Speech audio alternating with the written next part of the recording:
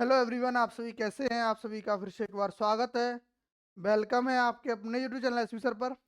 तो आज हम कर रहे हैं क्लास 12th मैथ, जिसमें एक्सरसाइज 6.2 सॉरी कितनी है 6.2 को हम कुछ क्वेश्चंस को सॉल्व करेंगे और उसके बेसिक्स को हम जानेंगे किस तरीके से हम इनको करेंगे। ठीक है ना। देखिए, कुछ बेसिक्स इसके जान लेते हैं। अगर हमें जानना है, इसमें पढ़ना है वर्धमान और ह्रासमान। क्या पढ़ना है? वर्धमान और एक पढ़ना है ह्रासमान। ठीक है ना। और उसके बाद पढ़ेंगे इसके अंतराल भी। ठीक है। कैसे? अगर हमने एफ को, हमारे पास फलन है एफ एक्स, उससे हमने एफ डैश एक्स निकाला। अगर वो कैसा आता है? पॉजिटिव आता है। कैसा आता है? पॉजिटिव। कैसा रहेगा फलन? वर्धमान होगा। अगर नेगेटिव आया तो कैसा रहेगा साहब? ह्रासमान होगा। कैसा होगा? ह्रासमान होगा। क्लियर? क्या चीज आएगी? F dash x. क्लियर? यहां तक किसी को कोई डाउट नहीं होना चाहिए। क्या बात है कि अगर फलन वर्धमान है, अगर फलन ह्रासमान है, तो कैसे पता चलेगा? जो फलन हमें एफ एक्स दे रखा है उसका एक बार अवकलन कर दो। सब कर दिया। अगर वो पॉजिटिव आया मतलब वर्धमान, वो नेगेटिव आया मतलब ह्रासमान। ठीक है। कैसा आएगा? नेगेटिव आया तो कैसा रहेगा? वो ह्रासमान रहेगा। क्लियर? अगर हमें दे रखा है अंतराल, क्या दे रखा है? अंतराल। क्या दे रखा? अंतराल। ठीक है ना। और अंतराल दे रखा है, फिर कैसे सॉल्व करेंगे इसको? ऐसे पूछा गया अंतराल बताओ, अब अंतराल कितना होगा इसका? किस अंतराल में ये फलन वर्धमान है, किस अंतराल में ये फलन ह्रासमान है, हमें ये पूछा जाता है। अच्छा जी, तो फिर क्या करोगे? तब पहली बार अवकलन निकालेंगे। निकाल लिया साहब। जो भी आता है मान, कुछ भी आए, ठीक है, उसको क्या करेंगे साहब? हम एफ डैश एक्स को 0 के बराबर रख देंगे। रख दिया साहब। यहाँ से क्या होगा? कुछ ना कुछ एक एक्स का मान हमें मिल जाता है। क्या मिलेगा? अगर यहाँ एफ डैश एक्स होने के बाद रैखिक समीकरण आया तो एक्स का एक मान होगा। द्विघात समीकरण आया तो एक्स के दो मान होंगे। त्रिघात समीकरण होगा तो एक्स के तीन मान हो जाएंगे। क्लियर? चलो सब हो गया। फिर जो एफ डैश एक्स था उसका हम दोबारा से अवकलन करेंगे। कर लिया साहब। अब क्या हो गया? अगर ये पॉजिटिव आया तो फलन होगा ह्रासमान। कैसा होगा? ह्रासमान। अगर ये नेगेटिव आया तो फलन होगा वर्धमान। कैसा होगा? वर्धमान। कैसा रहेगा? वर्धमान। ठीक है ना। अब सर, ये क्या हो गया? इसका जस्ट उल्टा। अब अंतराल कैसे निकालेंगे? ध्यान रखना इस बात को। अगर कहें सर यहाँ पे अगर कोई नंबर आया जैसे 2 प्लस का आ रहा है, मतलब हो गया ह्रासमान। अगर कोई आया माइनस का 4, हो गया वर्धमान। लेकिन अगर ऐसी कंडीशन बन गई कि कोई समीकरण मिलेगा जैसे 2x+5 या 2x-3 मिल गया, तो अब कैसे पता चल रहा है साहब ये वर्धमान है या ह्रासमान है? तो ऐसी सिचुएशन में हमें करना क्या होगा? जो हमने x के मान निकाले हैं उन मानों को इसमें रखते जाएंगे नंबर बाय नंबर। अगर वहां से ये मान पॉजिटिव आता है तो मतलब क्या है? ह्रासमान है। और नेगेटिव आता है तो वर्धमान है। अब अंतराल कैसे बनाए साहब? तो आपने छोटी क्लासों से आप एक बात पढ़ते आ रहे हो, नंबर लाइन, संख्या रेखा। तो एक तरफ लेफ्ट साइड में माइनस का अनंत, राइट साइड में क्या करोगे? प्लस का अनंत। और इनके बीच में संख्याओं को क्रम से, चाहे जितनी संख्या दे रखी हो उनको हम ले लेंगे। अगर हमारा पहला पॉइंट वर्धमान आता है, क्या आता है? वर्धमान आता है, तो उसको ऑर्डर से लिखते जाएंगे। दूसरा ह्रासमान होगा और तीसरा क्या होगा? वर्धमान होगा, फिर ह्रासमान होगा। अगर ये ए बी और सी हैं, अंतराल क्या रहेंगे? माइनस अनंत से ए तक रहेगा। ठीक है। और फिर बी से सी तक में वर्धमान है। और ह्रासमान फिर कहाँ पे रहेगा? ए टू बी है और सी टू प्लस के इन्फिनिटी है। ठीक है। इस तरीके से हम अंतरालों को लिखेंगे। इतना सा चैप्टर है ये। चलिए अब क्वेश्चनों की तरफ मूव कर लेते हैं। सिद्ध कीजिए कि आर पर, आर मतलब रियल नंबर पर, फलन जो है 3x+17 से प्रदत्त फलन निरंतर क्या है? वर्धमान है। और वर्धमान है तो क्या होगा? एफ डैश एक्स, सॉरी अभी तो एफ एक्स ही लेंगे पहले। तो एफ एक्स का मान कितना? 3x+17 है। तो क्या करोगे भाई साहब? एक्स के सापेक्ष अवकलन कर दो। कितना हो जाएगा? 3। क्योंकि 3 को बाहर निकालेंगे x का अवकलन 1 हो जाएगा, 17 का अवकलन 0 हो जाएगा, बचा कितना 3। कैसा आया भाई साहब, ये पॉजिटिव आ गया। फलन कैसा, वर्धमान, क्योंकि यहाँ पे हमें अंतराल अभी नहीं निकालना है। क्या नहीं करना, अंतराल नहीं निकालना। क्लियर, चलिए भाई साहब हो गया। सिद्ध कीजिए कि r पर फलन, फलन क्या है, एफ एक्स बराबर ई की पावर 2x। तो एफ डैश एक्स निकालोगे तो कितना हो जाएगा, ई की पावर एक्स का अवकलन ई की पावर एक्स, और 2x का दोबारा से करेंगे तो कितना हो जाएगा 2। अब ये कैसा, कैसा है रियल नंबर पे, प्लस का है साहब, प्लस का है तो कैसा हो जाएगा, वर्धमान हो जाएगा साहब। होगा नहीं होगा, बिल्कुल। नेक्स्ट क्वेश्चन देख लो। सिद्ध कीजिए कि एफ एक्स बराबर साइन एक्स से प्रदत्त फलन इतने पे वर्धमान है, यहाँ पे हासमान है, न तो यहाँ वर्धमान है और ना ही ये हासमान है। तो ऐसी सिचुएशन में क्या करेंगे हम भाई साहब, चलो जी इसको भी देख लेते हैं।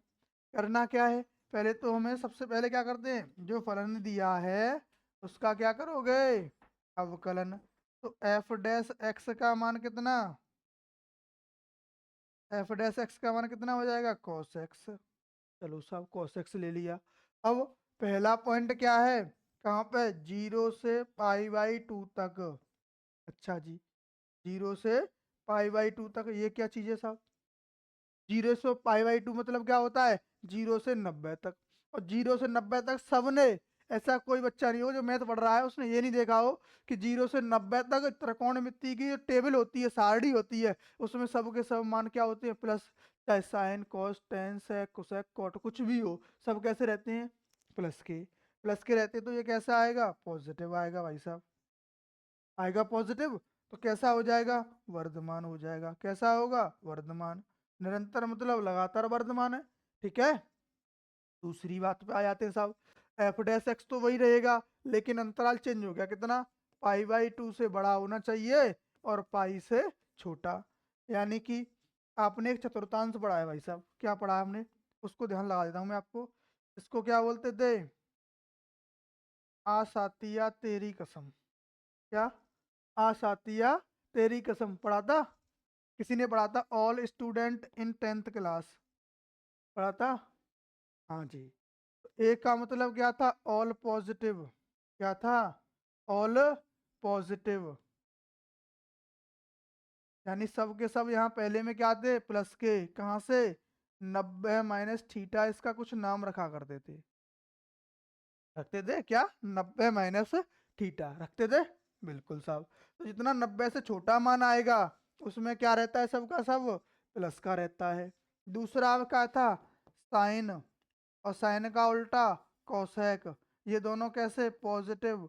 सेकंड वाले में बाद बाकी सब नेगेटिव। क्या होता था, 90 प्लस थीटा होता है, 90 से बड़ा रहेगा, और 180 माइनस थीटा, यानी कि 180 से क्या रहेगा, छोटा।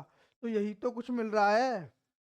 अगर यहाँ अवकलन के बाद क्या होता, साइन होता या कोसेक होता, तो ये कैसा होता फलन, वर्धमान होता।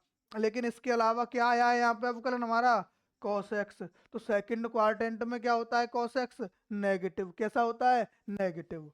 तो नेगेटिव होगा तो वो कैसा रहेगा फलन, आसमान रहेगा। कैसा रहेगा, आसमान रहेगा। क्यों रहेगा, क्योंकि यहाँ पे क्या होता है, ये नेगेटिव प्राप्त होता है, माइनस का मिलता है। क्लियर, चलिए जी अब तीसरा पॉइंट देख लेते हैं भाई साहब। तीसरा क्या है कि 0 से पाई में न तो फलन वर्धमान है और न हासमान है। तो सर ये तो बताया नहीं कि ऐसा कब होता है। तो एक अगर कोई ऐसा अंतराल दे रखा है जिसमें आधे अंतराल में तो वर्धमान शो कराए और आधे अंतराल में हासमान शो कराए, ठीक है, आधे में मैक्सिमम हो आधे में मिनिमम हो, तो ऐसी सिचुएशन में ना तो वो वर्धमान होता है ना ही वो हासमान होता है। ठीक है, क्या करेंगे, देखो 0 से पाई तक पूछा गया है, ठीक है ना, तो हम दिखाएंगे कि 0 से π/2 तक हमने क्या निकाला है, वर्धमान है। कैसा है भाई साहब, वर्धमान है, ये निकाल दिया हमने। अच्छा जी, और क्या है, π/2 से पाई तक क्या है, ये हासमान है। कैसा है, हासमान है साहब। और हासमान है मतलब कैसा रहेगा, आधे में यहाँ पे हासमान आधे में वर्धमान। तो ऐसी कंडीशन में वो न तो वर्धमान होता है और ना ही वो हासमान रहता है। ठीक है, तो तीनों बातें क्लियर हो गई। चलिए नेक्स्ट क्वेश्चन है कि अंतराल ज्ञात कीजिए जिसमें एफ एक्स बराबर 2x² माइनस 3x से प्रदत्त फलन निरंतर वर्धमान हो या निरंतर ह्रासमान हो। ठीक है ना। तो फलन क्या है हमारे पास, एफ एक्स बराबर 2x² माइनस 3x। अब एफ डैश एक्स क्या होगा भाई साहब, कि घात आगे आएगी, घात में से एक कम कर दिया, चलो सब मान लिया, हो गया अवकरण। 3x का 3 तो बाहर निकाल दिया, x का अवकरण हो गया 1। फिर क्या बताया था कि एफ डैश एक्स को 0 के बराबर रख दो। क्या कर दिया साहब, एफ डैश एक्स जो निकाला है उसको 0 के बराबर रख दो। एफ डैश एक्स का मान कितना था, 4x माइनस 3 और बराबर में है 0। चलो यहाँ से x का मान निकालोगे, 3 को पक्षांतर कर दोगे, प्लस का हो जाएगा और 4 का लगा देंगे हम भाग। क्या कर देंगे, 4 का भाग लगा देंगे। तो क्या मिल गया x का मान हमें, 3/4। न तो यहाँ से ये पता चला कि ये वर्धमान है या फिर ह्रासमान है। फिर क्या करेंगे साहब, 2 बार अवकलन कर दो, एफ डबल डैश एक्स, इसका अवकलन किया तो कितना आया, 4। तो फलन क्या मिल गया हमें, ह्रासमान। बताया था उल्टा होता है, यहाँ पे दोबारा अवकलन करोगे तो ये कैसा हो गया, ह्रासमान। क्यों, क्योंकि ये धनात्मक आया है। ठीक है ना। चलो साहब, अब क्या बताया कि संख्या रेखा बना लो, बना ली साहब। यहाँ पे माइनस अनंत, यहाँ पे प्लस का अनंत, यहाँ पे कोई एक नंबर दे दिया हमने साहब, 3/4 है इसमें। तो पहले अंतराल में कैसा आया, वो ह्रासमान।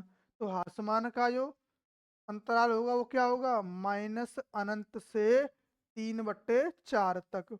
और वर्धमान कौन सा होता है, उससे अगला वाला क्या होगा, 3/4 से प्लस के अनंत तक।